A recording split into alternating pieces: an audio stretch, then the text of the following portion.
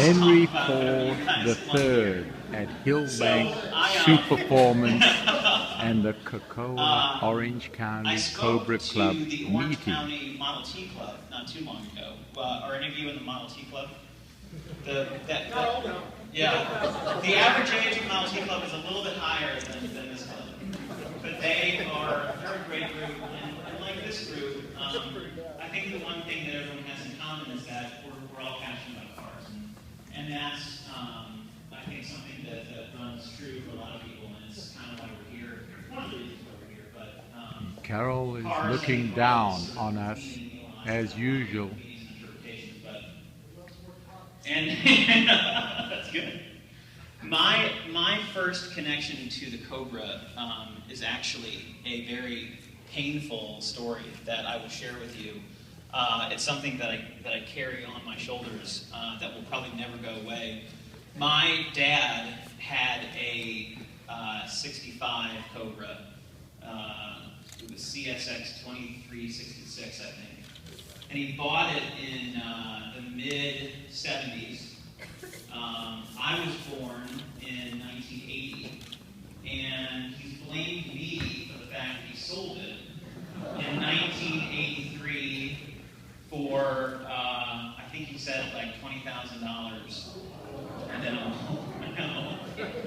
And ever since the day I was born, it's been my fault. He said that I always told him it was too loud as a little kid, and I would never want to go for a ride in it with him, and because of me, he sold it. I blame him for selling the car, obviously, because he could have just bought me a pair of earplugs. I don't think that was asking for too much. Little baby earmuffs. I mean, I'm sure they sell them, right? Yeah. So we blame each other for this, but it's unfortunate. I've seen pictures of it. Actually, we met the guy who currently owns it at. We were at the historic races at Laguna Seca during Pebble Beach 2 years ago, and we're walking around, and out of nowhere, literally, this guy comes running up to my dad with this big photo album, and somehow I don't know why he was carrying around this photo album, but he recognized my dad, stops him. He's a Swiss gentleman. I think he was French, because he had a French accent. And so he comes up to my dad and says, Etzel, I own your car. And my dad sort of looks at him like, what are you talking about? Because my dad had sold the car to a Ford dealer down in Georgia back in '83. And somehow it wound up in this guy's hands. And he now lives in Switzerland. He was back over for the races, finds my dad, runs up to him, opens this enormous photo book with all these photos of my dad's car. And I thought my dad was going to, start crying. And, he sort of growled at me for a little bit, reminding me that it was my fault again for selling the car. But it was actually really cool to meet this guy. And he actually races the car. He's had it at Le Mans a few times. And so I think it was nice to at least see that the car is in good hands. But anyway, so I've had a long connection to the Cobra, I guess, and so it really is an honor for me to be here tonight. I work for Ford. I started working for Ford in 2006. I work out here, actually. We have a regional office just down the road, next to the Taco Bell building. It's sort of a regional hub for sales and marketing for the West Coast. I actually work on the Lincoln brand right now. We're sort of in the process of reinventing the Lincoln brand, which is a long process, but an interesting one. And I had never really paid much attention to the luxury segment of the industry, so it's been a good learning experience for me. I've always sort of been more interested in the performance side of it, and Mustangs and Cobras to me are more interesting than luxury brands. But it's been good. I've really enjoyed my time out here.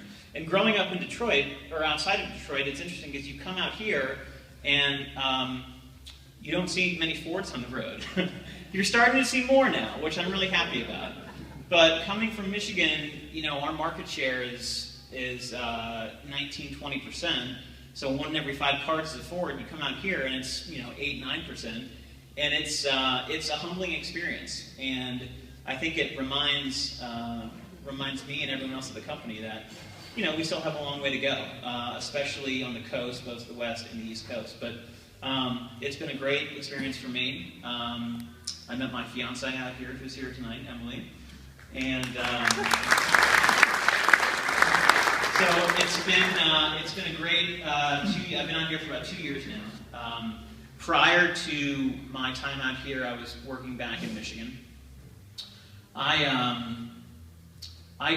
grew up in Michigan. Well, actually, I was born in Australia. My dad was working for Ford of Australia at the time.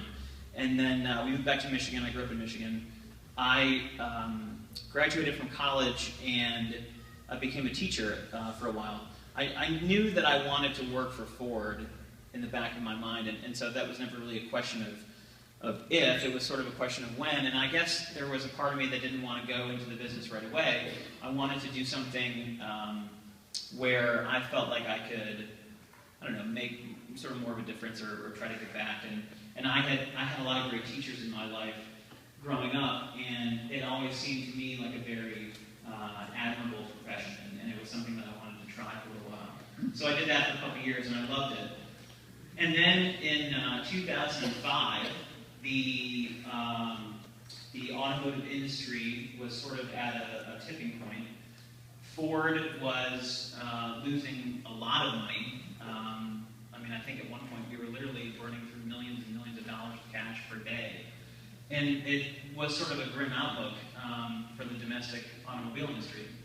And I think something in sort of me just kind of flipped, and I got triggered by something, and I decided that I wanted to get involved in the company and do something, play some kind of role, have some kind of part in trying to turn the company around, because I sort of said to myself, the worst thing that can happen would be, we don't make it through this downturn, and I'm kind of left on the sidelines looking in. I didn't want that to happen.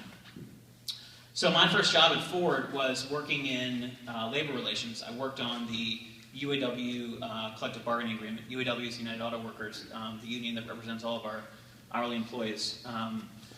And it was a really great experience, because it sort of gave me a look into a side of the company that I didn't really know much about, and I hadn't really experienced before. And like all of you, or like many of you maybe, I met a group of people who are so passionate about the company and so connected to it. And the great thing about Ford, for me personally, is, my family's connection is obviously very important to me, but I constantly meet people who have that same connection. And, their father worked at Ford, or their mother worked at Ford, or their sister worked at Ford, or their cousin worked at a dealership, or a supplier, or it's this really kind of vast web, and it kind of connects us all together. And it's something that I really think is very powerful about Ford Motor Company, and it's one of the things that I really love about it. And so I met a lot of great people, and that was really a great experience for me.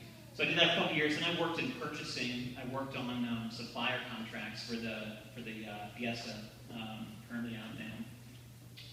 Then I sort of realized at that point that if I wanted to sort of continue working at Ford, and if I wanted my career to progress, I needed to go back to school and get an MBA, because I was an English major in undergrad, and that, an English major doesn't get you very far in the corporate world these days. So I sort of realized that I needed to brush up on my accounting skills and economics and marketing and finance and all that good stuff. So I left Ford for 2 years and went back to school to get my MBA.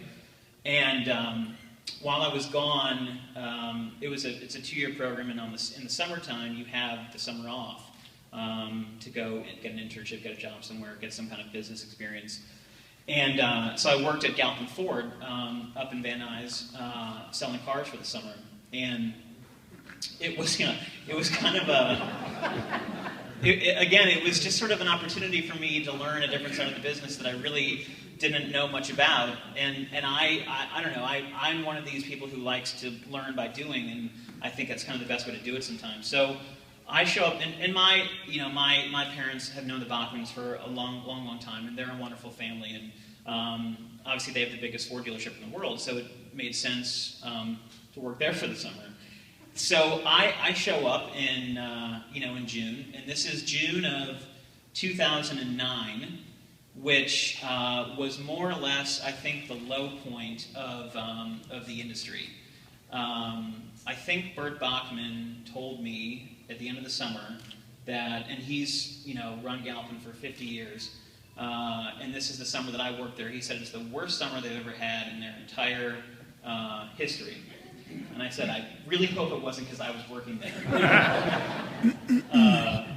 And I was out there selling cars in June and July of that summer, and nobody was buying cars. I mean, it was a very long summer, but I think it taught me a good lesson, which is that selling cars is not easy.